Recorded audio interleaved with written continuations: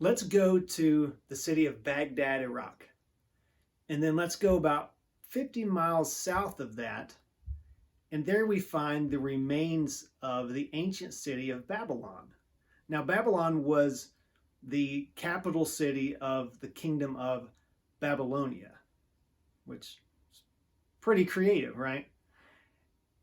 It's actually estimated that about 2,600 years ago, that it was the largest city in the world. So let's go back in time to around 597 AD. And let's say we have the satellite view of Babylon right in front of us. And now we click and go down to Street View. And we see the Babylonian authorities bringing all of these captives into the city of Babylon. And they're from this little kingdom called Judah, which was the southern kingdom of the divided Israel. And among these captives, there's this guy named Ezekiel. Ezekiel happens to be a prophet, and it appears that when he is in captivity there in Babylon, that he's actually able to still preach his message. So in the biblical book of Ezekiel, we see these prophecies that God has given him. Now, the book is prophetic, and sometimes to emphasize points, it uses imagery that is graphic and disturbing, and to use a technical term, kind of gross. Ezekiel 16 it has a little bit of that, but that's what we want to look at today. Now, in my study Bible, at the beginning of Ezekiel 16, it has a heading and it says, God's love for Jerusalem. Cool. That sounds great. So there's going to be this really nice, loving poem, right? Wrong-o.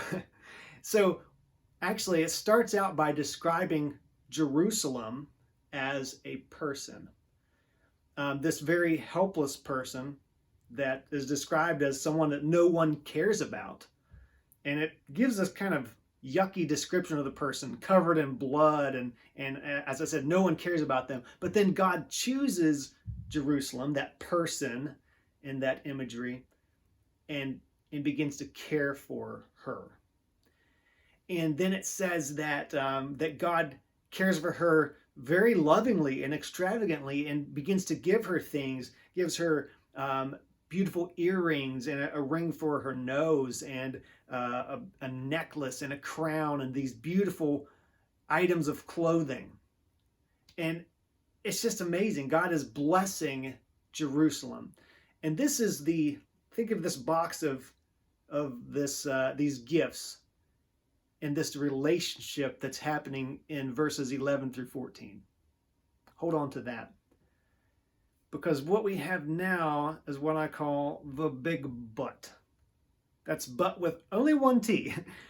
But verse 15 starts out with that word. It says, after God had given all these blessings, it says this. It says, but.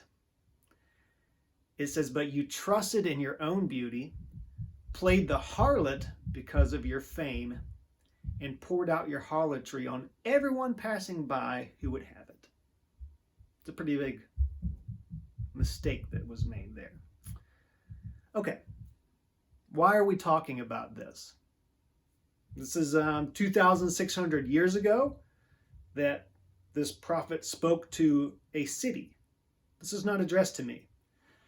But when we read these words, it's like so many things in the Bible, we see the exact words of God, and we can see inside the mind of God. And by that we can extrapolate, we can draw out what God's mind might be towards us, right? So, after God chooses Jerusalem and blesses her, Jerusalem decides to use all of that blessing, the beauty that God gave her, to become a whore. Plain and simple. The chapter then spends quite a bit of time explaining some of the not so great life choices that this Jerusalem made. It's a little disturbing in a way. But think about this.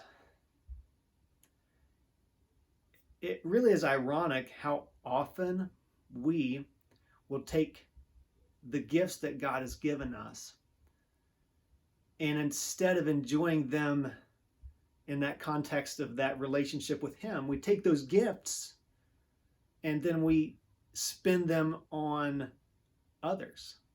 Now, I'm not saying that we shouldn't be kind to others. It's not where this is going at all. But I mean, we spend them on other gods, on other affections, things that are temporary and that make us feel good for now, but are not honoring toward God.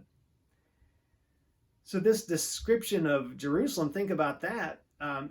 It describes her as this beautiful, beautiful lady with a gift of beauty from God and all of these jewels and everything. And it's presented in a positive light. So let's think about that. Even outward beauty is a gift from God. So are you using your outward beauty to honor God? Or are you not? Of course, there's many other gifts that God has given us and given you. So are we thankful to Him? Are we honoring Him and faithful to Him with those gifts? Or are we doing what Jerusalem did, taking the gifts and then going elsewhere with our affections? All right, so the chapter goes into that for a while.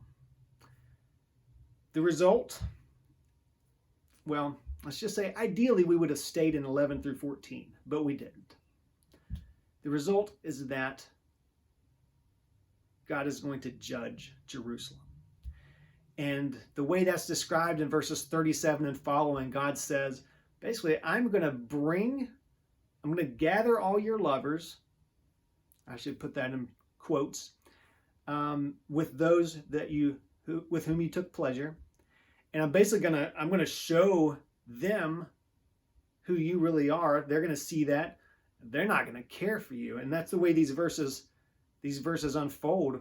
Verses 39 and 40 talk about these, quote, lovers that used to be lovers, and now they come and it says they strip Jerusalem of her clothes and they take her beautiful jewelry. It says they leave her naked and bare. They thrust her through with a sword. Talk about an abusive relationship. But sometimes the things that we expect to bring us pleasure end up coming back to destroy us. Here's the good news. Verse 60 has this great word, nevertheless. This is the redemption part. It says, nevertheless, God says, I will remember my covenant with you in the days of your youth. I will remember my covenant with you. And he says, you will be ashamed. He says, but I'm going to redeem you. And he says, I will make an atonement for you. So God redeems Jerusalem and has mercy on Jerusalem. Okay, how does this apply to me? How does this apply to you? Well, we all mess up. But if God has chosen us, then let's have this understanding that at some point we're in verses 11 through 14, where we're in this amazing, loving relationship with God, and we haven't defiled ourselves and gone off and done too many things. Well, God is merciful, so when we mess up, we come to Him for forgiveness. That's great. But if we're in that great part of the relationship now, should we sin more so that grace can abound? Should we go try out everything? Romans 6 says, God forbid. Basically, that's stupid. If we can avoid mistakes and if we can learn from others, that's a good thing. We shouldn't have this philosophy that I need to go out and try everything for myself and I need to make all these mistakes for myself. No, if you can learn from the mistakes of others, that is a very good thing. And if you have children, or you can imagine having children in the future, ask yourself, would I want my child to make all of the mistakes that I have made? I can pretty much guarantee the answer is no. You wouldn't want that for others. So for yourself, apply that, right? All right, in conclusion, take this imagery, think about how it might apply to God's blessings in your life. Are you honoring God with your life? Just because God blessed Jerusalem with good looks didn't mean Jerusalem should become a whore. All right? Whatever gifts God has blessed you with and blessed me with, ultimately the most fulfilling way to enjoy those gifts is in that context of that loving relationship with the one who gave those gifts to us.